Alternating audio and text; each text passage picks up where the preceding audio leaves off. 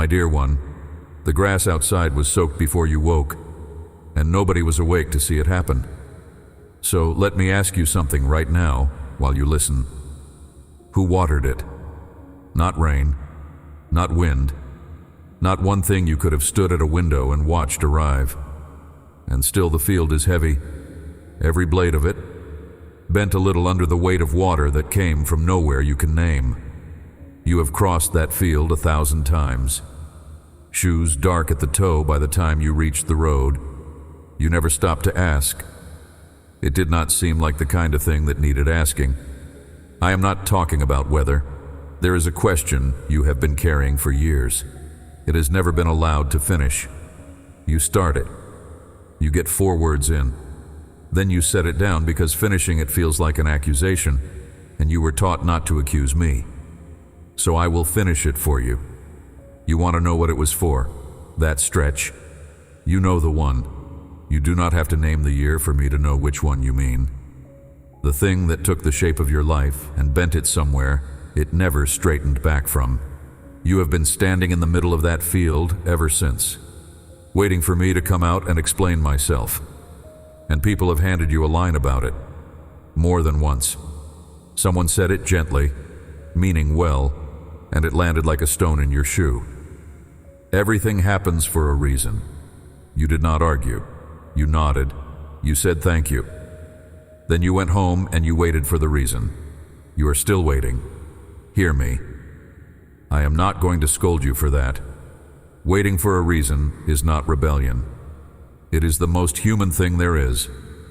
A person who has been hurt goes looking for the shape of the hurt, because a shape can be held, and what has no shape has to be carried loose. But look at what the waiting turned you into. You became a person who listens for arrivals. You listen for the sound of something happening. You have trained your whole life on it. Doors, phones, at the wrong hour. That half second where a face across a table changes, and you know, before a single word, that the news is bad. You can hear that half second from 3 rooms away, and you took that same ear and turned it up toward me. Every quiet stretch gets read as a pause before something. Every good year gets held out at arm's length and tested for weight, because good things that come in quietly have never been the ones you trusted. You are waiting for me to make a sound. Something big enough to count. Something you could tell somebody about afterward without them looking at you sideways. That is your threshold. You never wrote it down anywhere.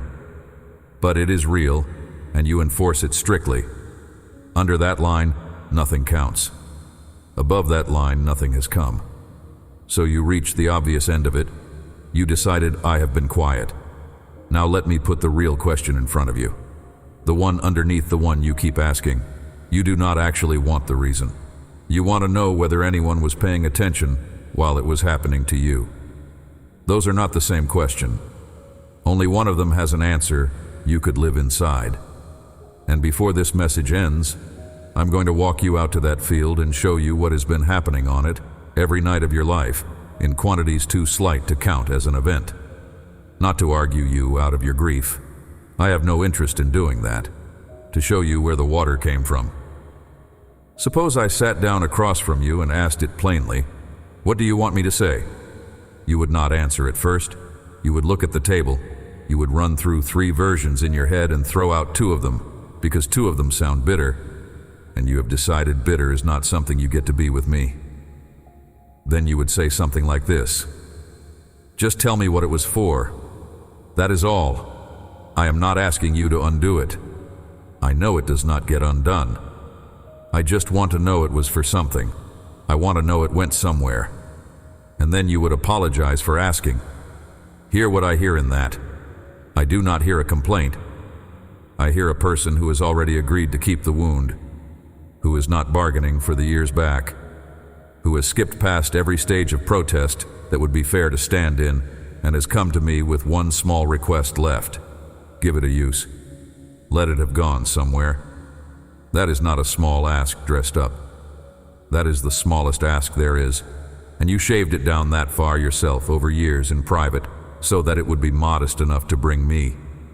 I would rather have that sentence from you than the polished one you say in rooms. Because you have a polished one. You have had it ready for a long while now. Someone asks how you are or how you got through it, and out it comes, smooth as a stone in a river. It made me who I am. I would not change it. It taught me things I would not have learned any other way. You have said that so many times you have almost talked yourself into it. And some of it is even true. That is what makes it usable. You did learn things. You are more careful with people now. You can sit with someone in a bad hour and not fidget, and that is not nothing, and it did come from there. But you and I both know which sentence gets said in daylight and which one gets said in the hour when the house has gone quiet and there is nobody left to be steady for. The quiet one is shorter. It does not have a lesson in it. It goes, "Was anybody there?" That is the actual question, not why. You have made peace with never getting why, or you have told yourself you have. The one that keeps you up is smaller and much worse. Was anybody there while it was happening? Because if there was, then it was witnessed, and witnessed is survivable. And if there was not, then the worst hours of your life happened in an empty room, and you have been carrying them alone this whole time without knowing you were alone. Which is a strange kind of grief to arrive at late. That is the question you keep starting and setting down. And I notice which one you bring me. You bring me the first one. What was it for?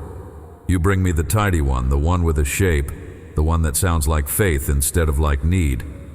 You do that because a reason can be handed over. A reason is something you could receive and then walk away holding. You could turn it over. You could tell it to somebody. You could put it in the sentence you use in daylight and finally believe your own mouth. But being seen is not a thing you can carry out of the room. It only exists while it is happening. And you cannot check it later, and you cannot show it to anyone, and there is no way to prove it to the part of you that keeps asking. So you ask for the reason instead. It is the version of the question that has a portable answer. I'm going to answer the one underneath. But you are not going to hear it the way you are listening. Look at where you are standing while you wait. Middle of the field, full sun, nothing moving anywhere. You have your head up and your eyes on the tree line, watching for something to come across it. That is the posture. You have held it for years. And in that posture there is one thing you cannot do. You cannot look down. Under your feet, the whole time, is the wet part. But wet is not an event. Wet does not come across the tree line, so your eyes stay up, and the grass keeps doing what it does, and none of it registers as anything at all. Let me show you the file you keep. There is a hard threshold in you for what counts as me. You have never written it out. You would deny having one if I asked you straight. But it runs every hour of your life, and it has 3 rules. And you enforce all 3 without mercy. It has to be loud. It has to leave no room for a second reading, and you have to be able to tell it to another person without watching their face go polite. Anything that clears all 3 goes in the file marked God. Anything under it goes in the other file. And the other file is enormous. There was a stretch when the dread lifted. It had been sitting on your chest for weeks, and one day you noticed it was not there, and you could breathe to the bottom of the breath again. You put that down to sleep. Maybe the weather turned. Maybe you had finally eaten properly. Someone once said a sentence to you at exactly the wrong hour, and it landed in the exact place. You have never forgotten the sentence. You could say it back right now, word for word. You filed it under luck, and you filed the person under kind, and you moved on. There was a decision you were 4 hours from making. You know the one. You did not make it. You have told yourself since that you lost your nerve.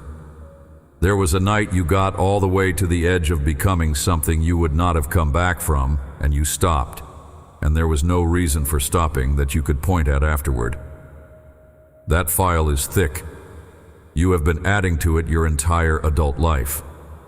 And it has never been opened, because everything inside it was disqualified at the door. I want to be careful here, because I am not scolding you for the threshold. You did not invent it out of arrogance. You built it out of self-defense. You have watched people claim me for things that were plainly not me. You have heard someone thank me loudly for a parking space in a week, when a house down the road was going through something unspeakable. It made your stomach turn. It should have. So you decided you would never be that. You would not be a person who reads me into ordinary things. You would hold a high standard, and you would keep your claims small, and you would rather miss me than embarrass me. That is not pride. That is a kind of reverence, and it cost you something to hold. But look at what it has done. You built a filter to keep out the false, and the filter is so fine that nothing gets through it at all. Not the false, not the true either. You have caught nothing in it for years, and you have taken the empty net as proof of an empty sea. And here is the part that I want you to sit with. The 3 rules of your threshold are all rules about volume: loud, unmistakable, tellable. Not one of them is a rule about whether the thing was real. You never once built a test for real. You built a test for audible, and then you graded me on it year after year and quietly gave me a failing mark. So we are not going to argue about whether I have been speaking. We are going to look at the instrument you have been listening with. Nobody taught you to listen that way on purpose. Life did it, and life was thorough. Think about what has actually announced itself to you. Bad news has a sound. It always has. A key in a door at an hour that is wrong for that key. A phone that rings twice and stops, and then starts again. Footsteps that slow down outside a room instead of passing it.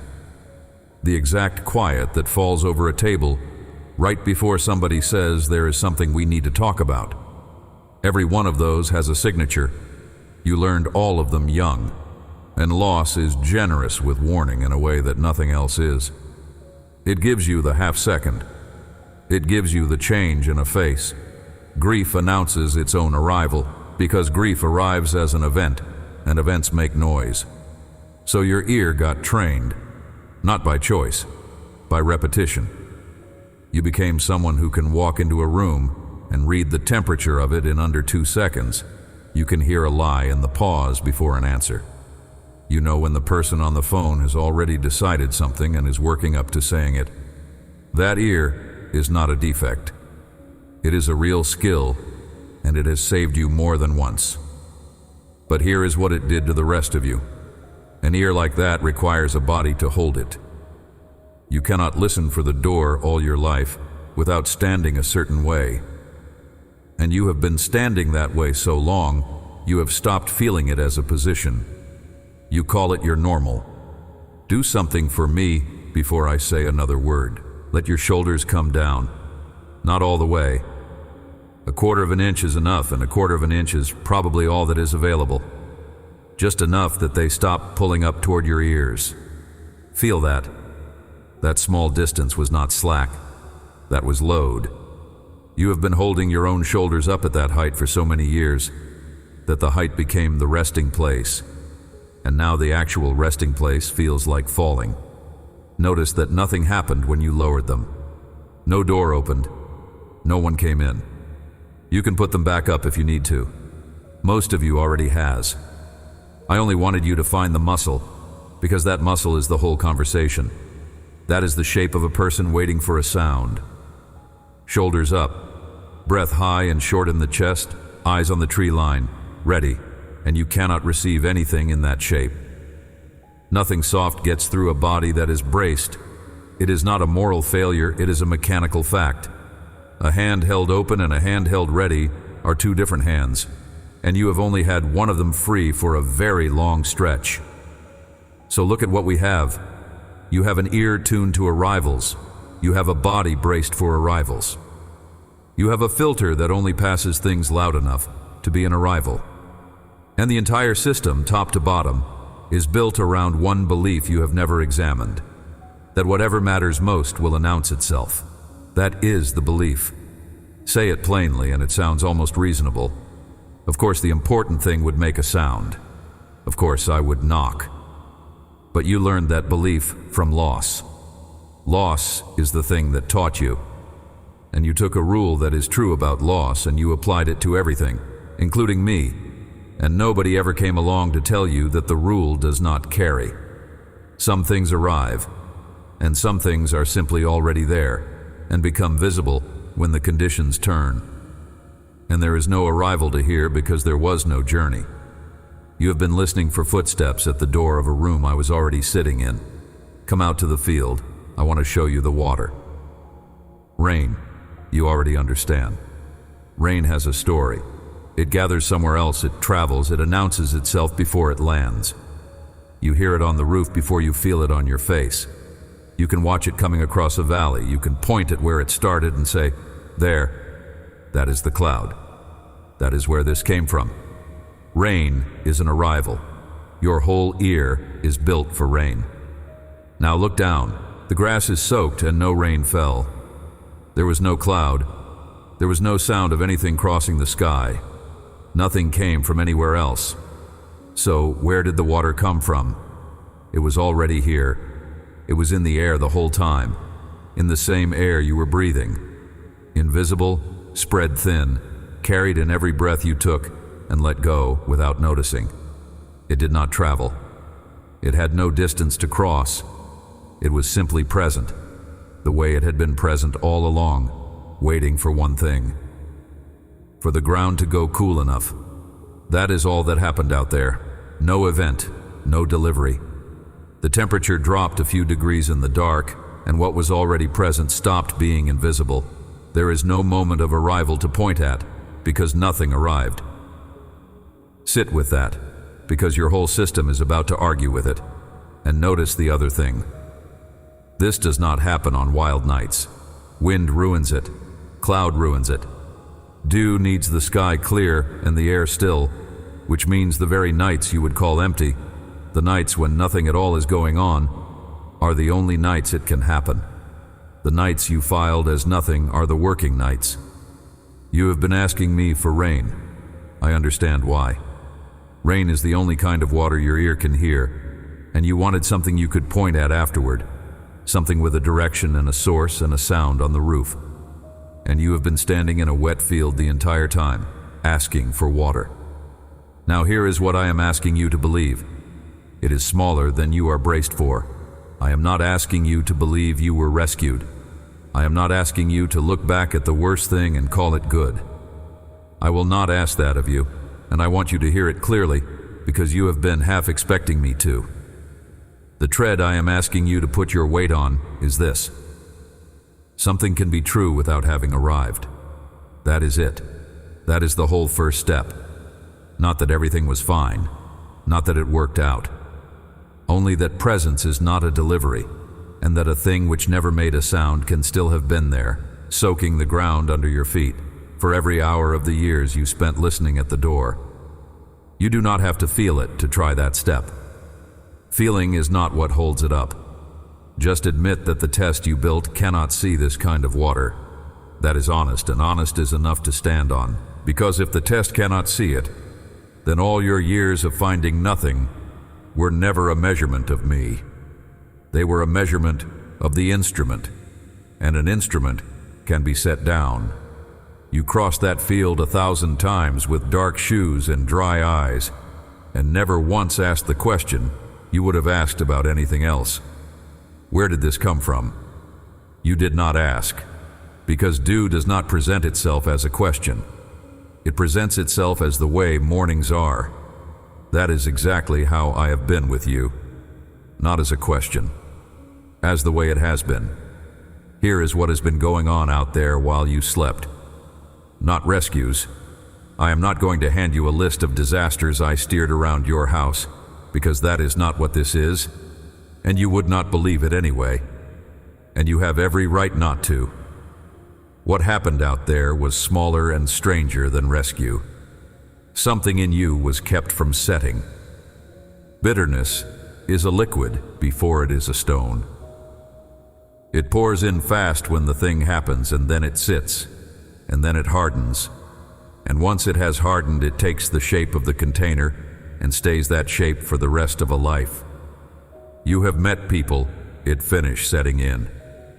You could name one without thinking hard. There is a certain flatness in the eyes that tells you the pour finished a long while back.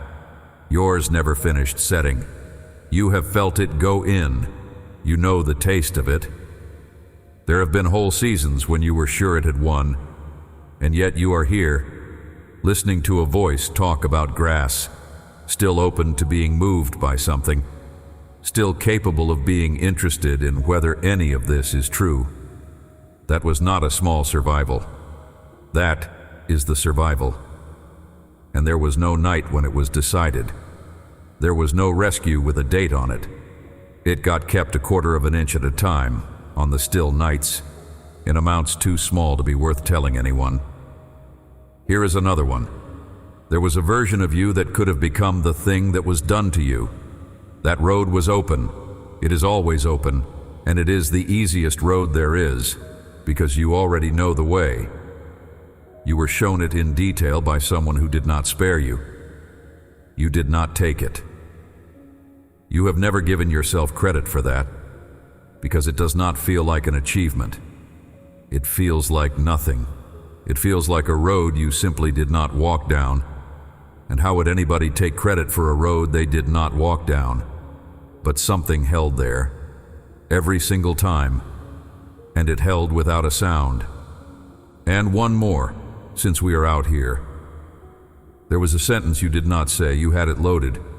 It was true, and it was aimed, and it would have gone in exactly where you meant it to, and the person on the other end of it would not have recovered from it, and neither would you. You held it, and then the moment passed and you went to bed, and by the next week, you had forgotten you ever held anything. That is 3. There are hundreds. Not one of them clears the bar you set. Everyone fails all 3 of your rules. None of them was loud. Every one of them is open to a second reading. And if you tried to tell somebody, you would hear yourself trailing off before you got to the end of it. But look at the field. If you tally what was actually kept and set it beside what was actually lost, you will not get a clean account. I am not offering you one. Real things were lost, and I am not going to talk over them. I am telling you what the wet is. The wet is the keeping. It is spread so thin across so many nights that no single drop of it looks like anything, and together it is the reason there is still something green standing where you are standing. You want the reason for what happened. I am showing you the record of what did not. It is the only record I kept. Now you are going to say fine, but you still have not told me what it was for. That is right, I have not. And I am going to be straight with you about why, because you have been treating my silence on it as a locked door with something good behind it. Picture me giving it to you. Say I sat down and read it out. Say there were words, and they made sense, and you understood them. What would you do with those words in the first hour? You would weigh them. You would set the reason on one side and the cost on the other, and you would look at the two of them, and something in you would go quiet in a very bad way. Because there is no sentence of a length I could speak that balances what that took out of you. There is not one. If I read out a reason, you would hold it up against those years, and you would find it light. And then you would have lost the question too. Right now, the question is the last warm thing you have. It keeps you facing me. You come back to it the way a tongue comes back to a broken tooth. And I would rather have you here with a question than gone with an answer that failed inspection. That is the first why. There is a second one, and it is harder to hear. An answer would put every ounce of the weight back on the event. It would make the thing that happened the center of your life forever. You would spend the rest of your years turning it over, checking the reason against new information, defending it to yourself on bad days, rebuilding it every time it cracked. The event would keep its throne, and you would keep polishing it. You have already done a version of that for years. You know how heavy it is. So no, I am not hiding a good explanation from you out of some purpose you have to earn your way into. I am refusing to hand you a thing that would break in your hands and take the last of your strength with it.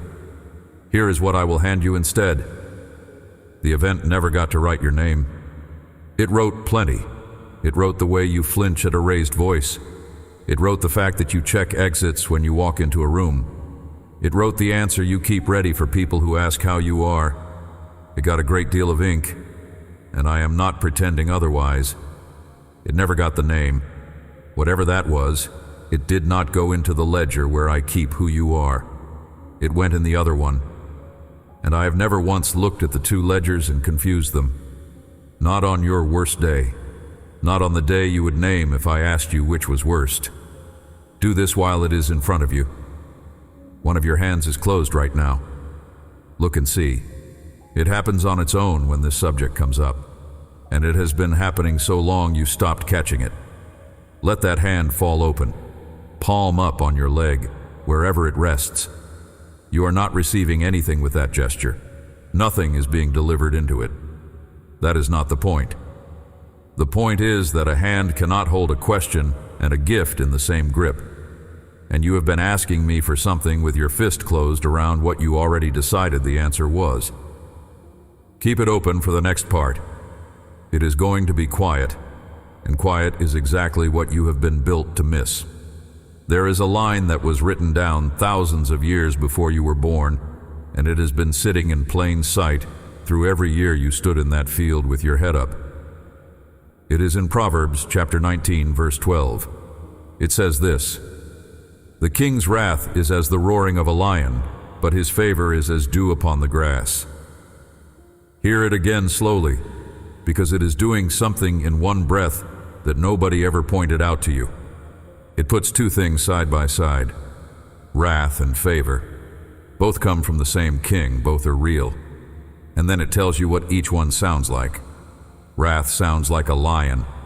That is a sound you can hear from the far side of a valley. It travels. It goes through walls. It stops a body where it stands, and every animal in the field knows in one instant exactly what it is. There is no second reading of a sound like that.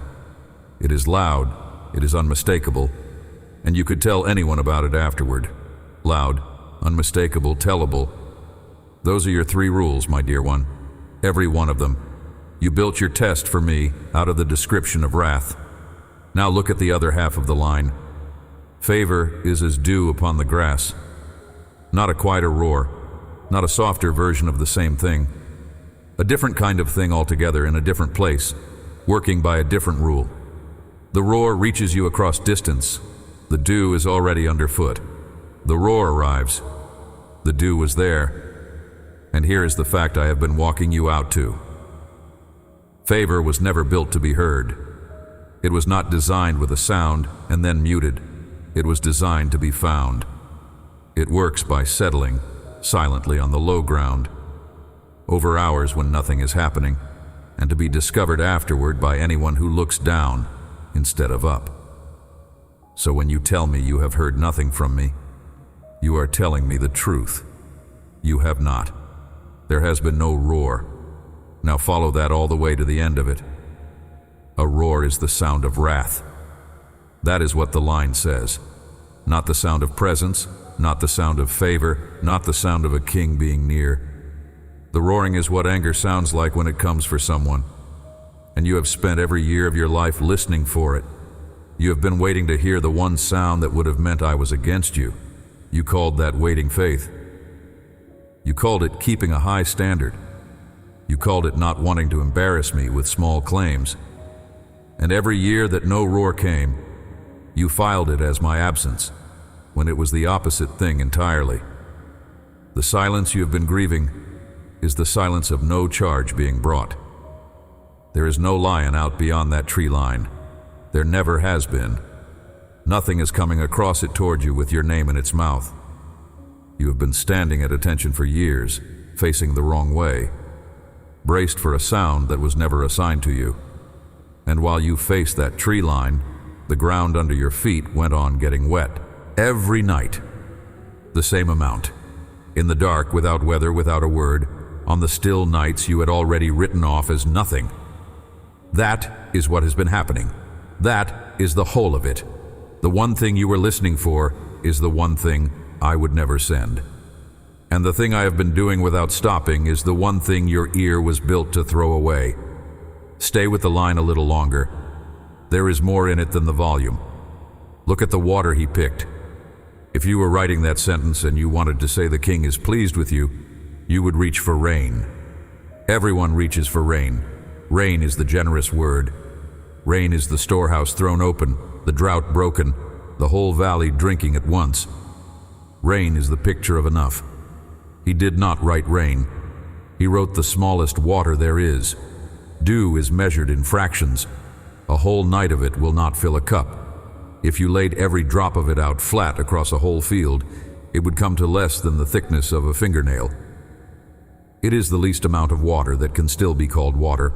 That is the word chosen for favor, on purpose. And now here is what you do not know about dry country. In a land with a real dry season, dew is not a little extra sitting on top of the rain. Through the months when no rain comes at all, dew is the entire supply. It is not the bonus, it is the account. Everything alive out there is living on it and nothing else, night after night, in amounts you would not notice if you were not looking for them. Not enough to be impressive, exactly enough to keep something alive. So take that back to your file, the one full of things that did not count. The morning the weight was off your chest, and you gave the credit to sleep. The sentence somebody said that landed in the right place. The road you did not take. The hour you should not have made it through and did and never explained. You looked at each of those and thought, too small to be God. You were right about the size. You were wrong about what the size means. Small is not the sign that it was not me. Small is the form. It is how the water comes in the season with no rain, and you have been living through a season with no rain for years, and all that while you have been drinking without noticing. There is one more word in that line, and I want it. Upon the grass, not upon the field, not upon the harvest, not upon the nation or the year or the house. Grass is what dew lands on, and grass is not a mass.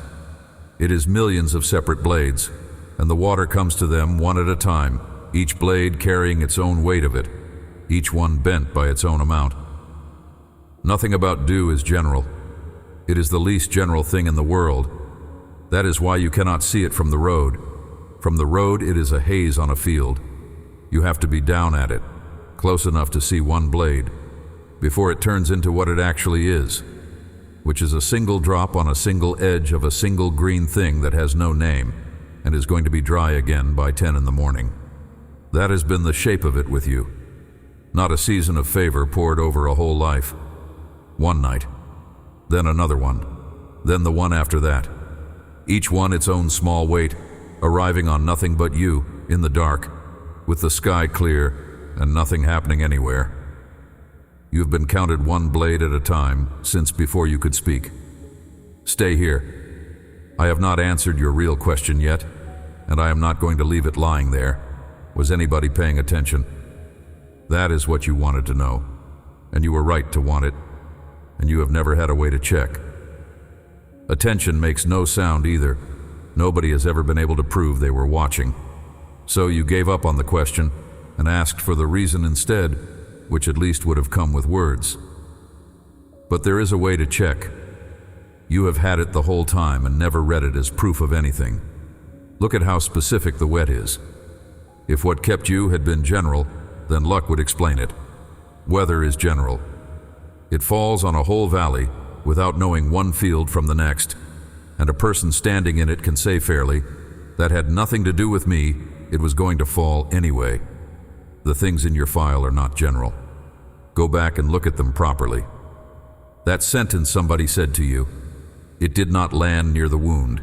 It landed on it in the one place that was open, in words that fit a shape only you knew the dimensions of. You have kept it for years. That is not a thing weather does. The road you did not take on the night you were 4 hours from taking it. Nothing stopped you. Something in you simply would not go, and it would not go about that one thing, in that 1 hour, when it had gone along with plenty of worse ideas before. The dread that lifted, not gradually. It was there and then it was not, and it did not lift in the week you were begging for it to lift.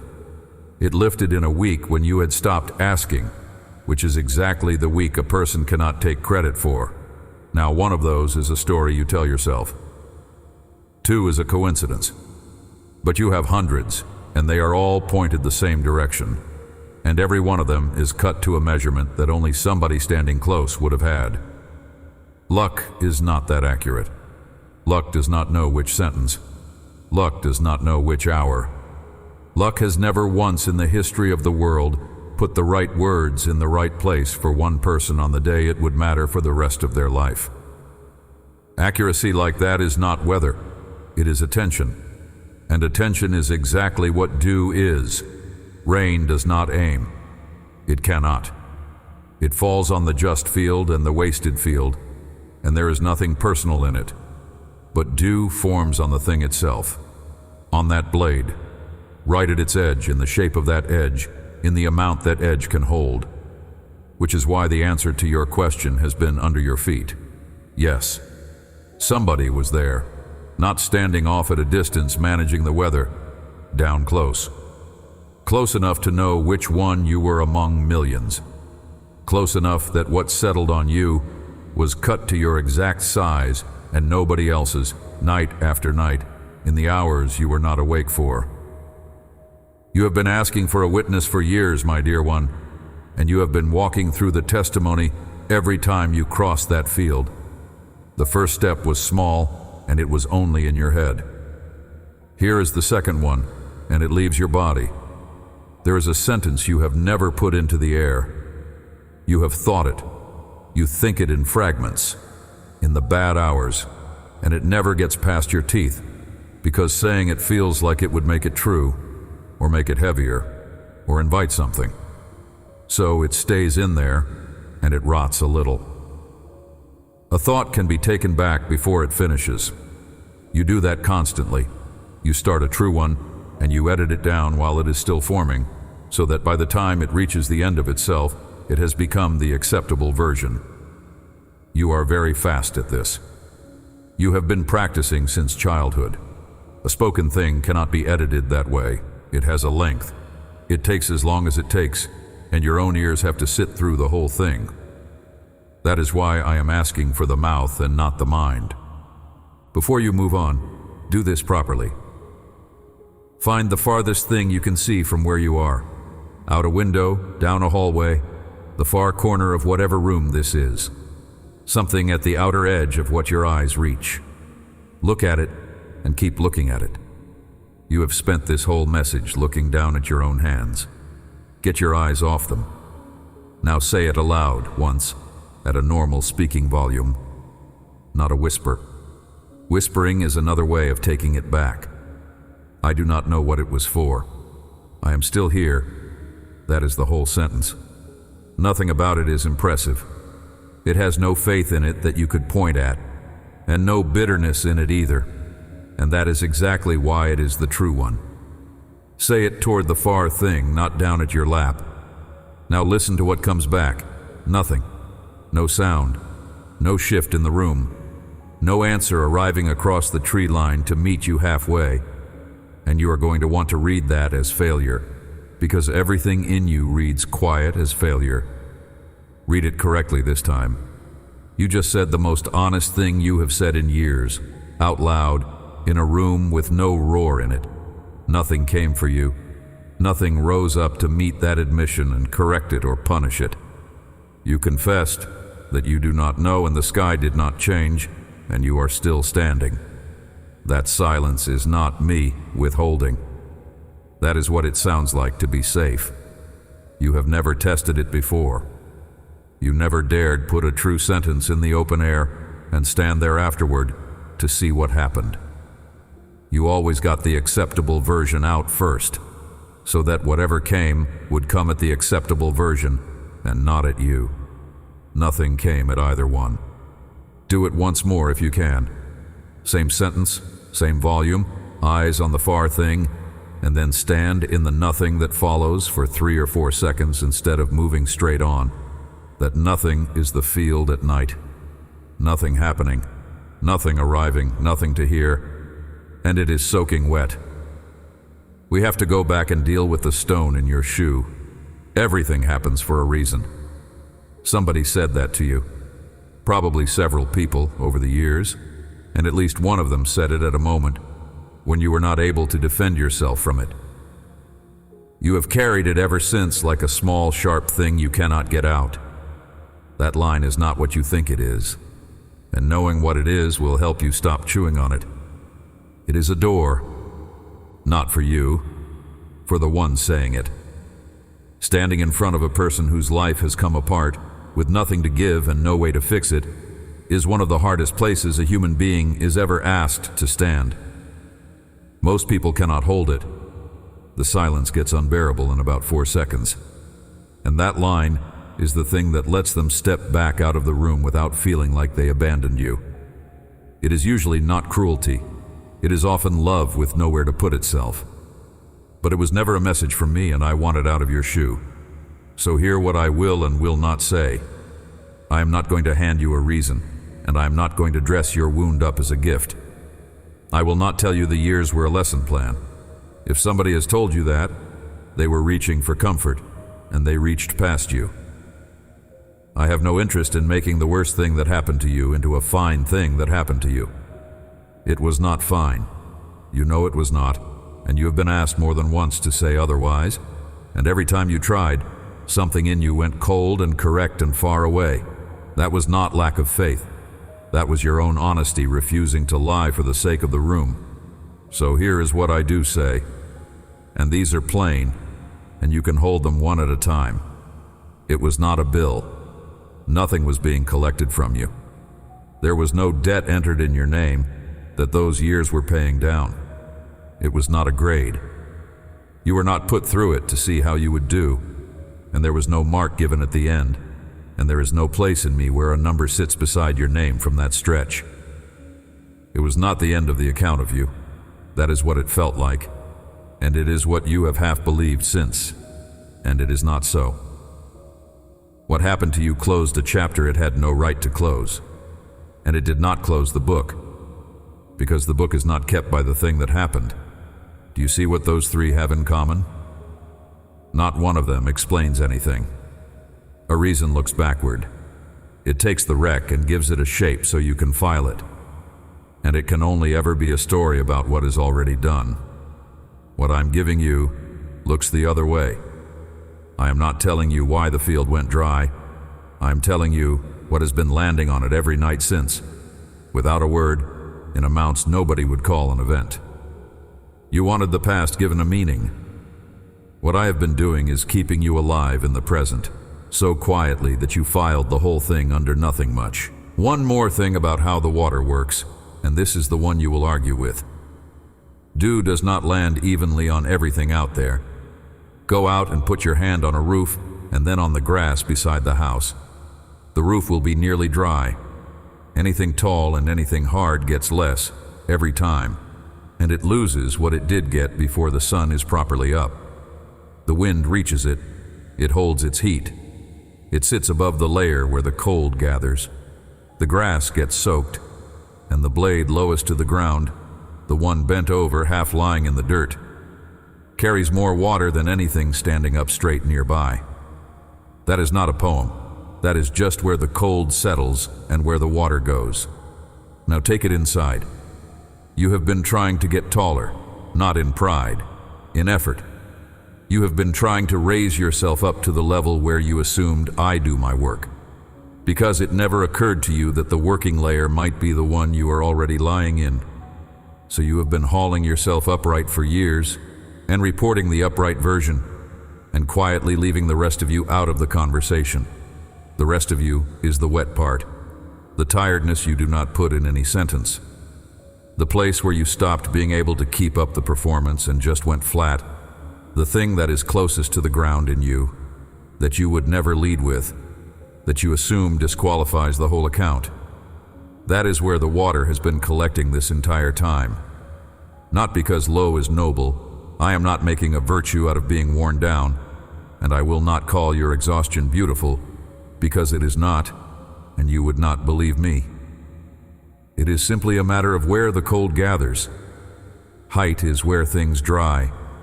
Low and still and close to the ground is where something can settle on you all night without being blown off. You have been apologizing for the exact part of you that has been receiving. There is an old promise written to a whole people who had wrecked themselves so thoroughly they had nothing left to bring and knew it. Nothing to trade, no case to make. They were told they would be met like dew, and that what came of it would go down before it went up. Roots first, then the low flower that opens near the dirt, where nobody stops to look, down before up. That order is not an accident, and it has never changed. And notice what dew does not do. It does not make anything shoot up overnight. It has no power to force growth. Nothing in that field is taller by morning because of it. All it does is keep the thing alive until it can grow at its own speed. So that is what has been happening to you, and it is why you cannot show anybody the results. There are no results. There is a person still standing, still reachable by a voice talking about grass, still turning something over instead of having gone hard. You wanted the rain that makes a season. What you have had is the water that keeps a thing from dying in the season that has no rain. Both of them are mine. Only one of them was ever going to reach you where you actually live. There are names you say in the dark. You have a list. It is not written anywhere. It has an order, and the order almost never changes. One name has been sitting at the top of it for years. You get to that one and something in your chest closes. You say it. Then you move on quickly, because staying there is more than you can do. I hear the whole list, including the one you stopped saying out of a kind of superstition, in case saying it was making it worse. And I know what you have been asking me for on their behalf. Rain. You want something loud for them, something with a date on it, something with a shape you could point to afterward. You want to see it working, because you have carried them so long that faith about them has started to feel like a job you are failing at. I will not tell you what is coming for them. You would take a promise like that and build the rest of your life on it. And if it came in a different shape, you would decide I lie. I love you too much to hand you that. What I will tell you is what I am doing. It is the same thing I have been doing with you. There is a very old song, older than most of what people call old. The one singing it says, right at the start, that his teaching would come down like dew, not like a storm. The word he chose was about distilling, small, onto the tender plant in the amount a tender plant can take. Think about why. Put a downpour on a seedling, and it doesn't get watered. It gets flattened. The soil moves off the root. The whole thing goes over sideways, and what you meant as generosity is the thing that killed it. So the water gets rationed down to the size of what is receiving it. That is not stinginess. That is the only version of the water a small green thing survives. The people on your list are being met at their size, not at yours. Not at the size of your worry for them, which is enormous. You cannot see it. You were never meant to be able to see it. The whole method is built to leave nothing to see. And there you are at the edge of their field, at noon, doing exactly what you did with your own. Head up, watching for weather, deciding from the dry look of the air that nothing is being done. Go look at the ground under them instead. Ask what has not happened to them yet. Ask what is still intact in them that had every reason to be gone by now. Ask why the door is still open between you and the one at the top of your list when you both had ample reason to close it. You will find the same file there that you found in yourself. Thick, unremarkable, disqualified at the door. So stop praying for thunder over the people you love. Ask me for the thing that has actually been keeping them. By the middle of the day, that field is dry. Walk it at noon, and you would never know. No shine on the blades, no dark on your shoes. Nothing on the ground says a thing happened out there, and if you tried to tell somebody, you would have nothing to bring. That is the part that has been quietly breaking you. You have wanted a receipt your whole life. Something you could hold up, something with a date on it. A record you could take out on the bad days and say, there, That happened. That was real. I did not make it up. Because the thing you fear most is not that I am absent. It is that you have been comforting yourself with a story for years like a child, and one day you will find out, and you will have been the last one to know. So you have hunted for proof, and you have kept finding nothing, and the nothing has done its work on you. Here is why there is nothing. You cannot point at where the water came from, because it never came from anywhere. That is not a riddle. It is the whole physics of it. Rain leaves a trail. It has a cloud you can name, and a direction it crossed, and a sound it made on the way. Dew has none of that, because there was no journey. Nothing was delivered, so nothing was ever signed for. There is no arrival to point at, in a field or in a life, not because it was hidden from you, because that is not how this kind of water moves. And it goes further than that. Try to find the drop afterward. Open the blade, split it, and look. It is not in there as water anymore. It went into the tissue. It became the green. You cannot separate what the grass drank from the grass, and there is no test that would tell you which part of that blade came from the night before. That is what happened to every one of those nights in you. You cannot show me the hour you were kept, because the hour is not sitting in you as an event. It is sitting in you as the fact that you are still here. It went into the tissue. It became the part of you that is still capable of listening to something like this, instead of laughing at it. So take the only receipt this water leaves. You are still green. There it is. That is the whole of the proof. And I know how thin it sounds against what you wanted. You came looking. Something in you is still able to be moved. You are turning this over instead of having gone hard and finished years ago, and you had every reason to go hard and plenty of instruction in how. Nothing about that is dramatic. It will not hold up in the file you keep. But you have been drinking from something for years now, and a person does not stay green in a dry season on nothing. Here is the last step, and it is the smallest of the three. You have been keeping one book your whole life. In it goes everything that went wrong, everything that nearly went wrong, every account of what it cost and what it took out of you. You keep that book carefully. You could produce any page of it under pressure, and you are not a bitter person for keeping it, because most of what is written in there is true, and somebody had to write it down, and nobody else was going to. I will not ask you to burn that book. It is a record of real things. I am asking you to open the other column, not a list of blessings. Do not turn this into a chore where you sit down and manufacture things to be grateful for. That would last 4 days, and then you would fail at it and add the failure to the first book. The other column has one rule. When something lands on you from under your threshold, do not file it. That is all. That is the entire step. Something small goes right, or something bad simply does not arrive, or a weight comes off your chest for no cause you can trace.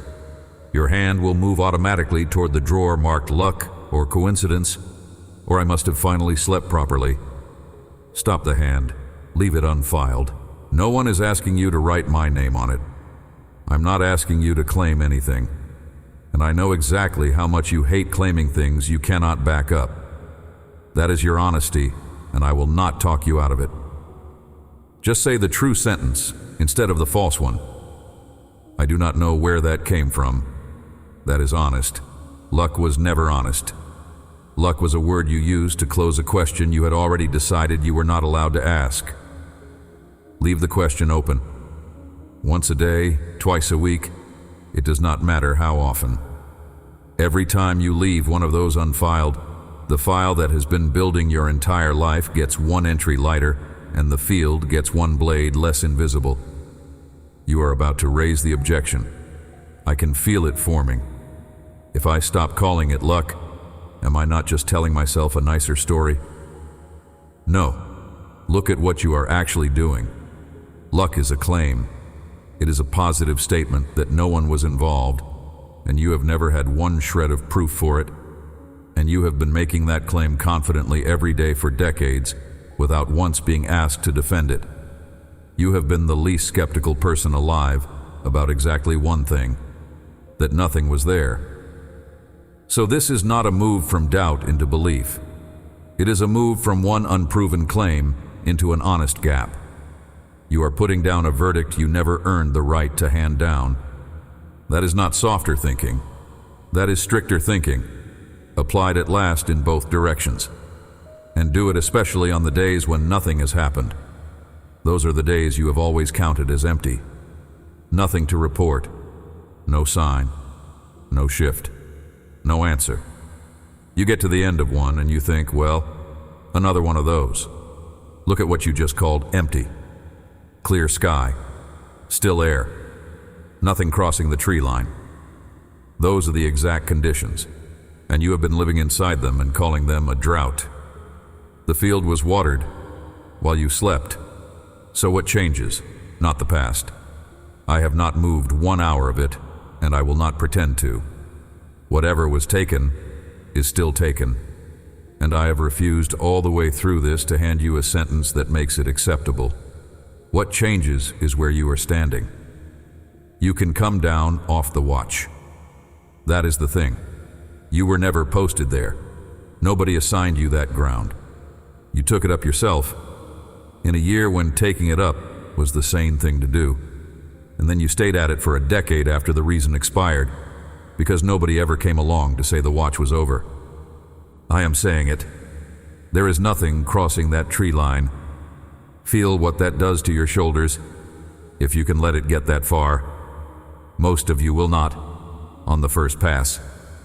The body does not stand down on a sentence. It stands down on repetition, on going out into the field again and again and finding no lion in it. But you can stop guarding against me. That is the part you can put down starting from this hour. Not the vigilance you keep for the world. That one has earned its keep, and I am not asking for it. The one aimed up. The one that reads every quiet stretch as a held breath, every good year as a setup, every ordinary hour as the pause before the thing. You have been sleeping in armor in a house nobody is coming into. And here is what has been true underneath the armor the entire time. You have not been forgotten. You have not been under review.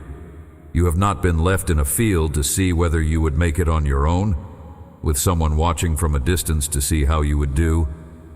You have been kept in the dark, without weather, without a word, in amounts too small for you to have noticed, even if you had been looking straight at them. That is not a promise about what is ahead.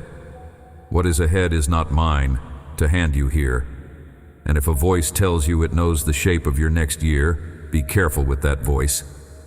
This is a statement about what has already been done, all the way back, on every night you counted as empty. You are not standing on dry ground. You never were. You have been standing on wet ground your entire life with your head up, watching a tree line, listening for a sound that would only have come if I were against you. Look down. Your shoes have been dark at the toe since the day you learned to walk out there. And nobody made you a promise about the harvest. I'm not making one now. But something has been keeping the green alive out here for a very long time. Night after night, at your exact size. And it has never once asked you to notice before it would come again. One more question, and then I will let you go. If you already knew you were being kept, what would you ask me for? Take it seriously. Do not answer fast. You would stall first. You always do. You would tell me it is not for you to say, or that you do not want to be greedy, or that other people need things more, and every one of those is a way of not answering. Then you would give me the list, the outcome you want, the door you want opened, the person you want restored to you, the year you want to come out differently than the last 3. It would come out in a rush, because it has been sitting behind your teeth for a long while, and I want you to know, I am not embarrassed by any of it, and neither should you be. And then you would stop. You would hear yourself. You would notice that you had just handed me a list of weather after everything I said out in that field. And you would go quiet, and something in you would reach for the smaller thing, the one you actually meant. Here's what you would say. Let me see it once. While it is happening, just once, before it dries. That is the real ask. Not proof. Not a sign you could show anybody. You want one morning where you are out there early enough to see the water still on it, so that for the rest of your life, you have 1 hour you can go back to. I will answer that one. But not the way your ear expects. So listen carefully to the shape of it. It will not come as a moment you could describe afterward. There will be no light in a room, no sentence in the air, no feeling that lifts you up out of the chair and settles the matter forever. It will come as a hesitation. Some ordinary hour, something will land on you from under the threshold. Small, under your line, and your hand will start toward the drawer marked luck the way it has 1,000 times before. And it will stop. Half a second. Not more than that. A hitch, where the word does not fit the way it always used to. A place where you almost say thank you and do not know who to. That half second is it. That is you seeing the water before it dries, and it will feel like almost nothing, and you will be tempted to throw it back because it did not clear your 3 rules. Keep it anyway. Because it is not almost nothing. It is the first time in your adult life that the instrument registered something under its own floor. The filter caught something for once. The ear that was trained on doors and phones and bad news picked up a thing that made no sound at all. Do not go looking for it. That is the one way to miss it. A person out in a field hunting for the exact instant the water forms will stand there all night and see nothing, because there is no instant, and you already know that. Go about your life. Let the hitch find you, and when it does, do not measure it. Do not test it against the file. Do not ask whether it was really me or really you. Just stand in it for 3 seconds. 3 seconds is longer than a person like you has stood still in a long time. Before I finish, go back out and look at one blade. Not the field. One. It is bent. Not broken and not lying down, just bent, curved over further than it was made to sit, holding something along its edge that it did not ask for and cannot see the source of. You have been that blade your whole life, and you have read it wrong the entire time, because you assumed that everything heavy on you was damage. That was a fair assumption. Weight arrived early for you, and most of it was damage, and you learned to read heaviness as harm, and no one ever gave you a second category to sort it into. But look at what is actually bending that blade. Water. Some of what is on you is the wound. I am not taking that back, and I have not once in this whole message asked you to call it something prettier than it is. And some of what is on you is what has been keeping you alive, and it has weight too, and it bends a thing the same direction the wound does, and you have been filing all of it in one drawer. Not everything heavy on you is damage. Some of that weight is the water you have been drinking without knowing where it came from, and you can tell them apart, though not by how they feel. They feel almost the same. Both press. Both bend the same direction. Here is the difference. Damage takes something out. Every time it presses, there is less of you afterward, and you know that sensation better than you know your own name. The other weight leaves more. Look at the hours you came out of heavier and greener. There are some. The night you sat with the worst of it and got up in the dark and were somehow still able to be kind to someone. The stretch where you should have gone hard and did not. Those pressed too, and you were more alive on the other end of them, not less, and you have never had a category for that. Put it in the second drawer. That is what the drawer is for, and it has been empty your whole life, and it is not going to fill up quickly. One entry is enough to start. Come noon, it will be gone off that blade, and there will be nothing to show anyone. You will have no proof and no receipt and no story that would survive being told at a table. And the following night, without a sound, on the still clear dark that you would call empty, it will happen again, whether you are awake for it or not. That is the whole of what I came to say. There is no lion. There is no charge with your name on it, and no verdict pending, and no watch you have to keep. There is no roar coming across that tree line, and there never was. And the silence you took as proof of my absence has been the sound of you standing under a settled thing your entire life. My dear one, stop listening upward for what would only come if I were against you. Look down. The field was watered while you slept. Amen. There will be another of these, not because you earned one. It arrives the way the next night arrives, without needing to be summoned. The only thing that goes missing is the path back to it, because this is a wide and noisy place and quiet voices get lost in it easily. So stay close to this channel and let the next one find you instead of you having to go looking for it. And if you never come back, the ground will be wet anyway.